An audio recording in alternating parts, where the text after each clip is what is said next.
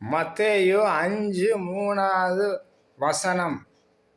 யார் பரலோக ராஜ்யத்திலே போவார்கள், அங்கே வாசம் பண்ணுவார்கள் என்று ஏசப்பா திட்டமும் தெளிவுமாய் சொல்லியிருக்கிறார்.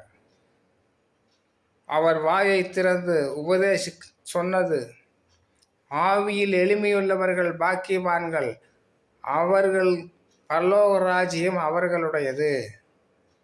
தாழ்மையாக இருக்கணும். ஏசப்பாவுக்கு முன்பு, ஊழியர்கள் முன்பு தன்னை தாழ்த்தி இருப்பதிலும் மிகுந்த உச்சநிலை, உயர்ந்த நிலைதான் மனத்தாழ்மை. ஆவியில் எளிமையுள்ளவர்கள் பாக்கியவான்கள், அவர்களுடையதுதான் பரலோக ராஜ்யம். அப்படியாக அபிஷேகம் பெற்ற ஒவ்வொரு பிள்ளைகளும் ஆவியில் எளிமையாக இருக்க வேண்டும். அவர்கள் மூலமாக சில அற்புதம் நடந்தால் அது வேற ஒளியின் தூதன் ஆவி வந்து பூந்துவிடும். அதனால் ஆவியில் எளிமையுள்ளவர்களாய் இருந்தால் பரலோக ராஜ்யம் அவர்களுடையது.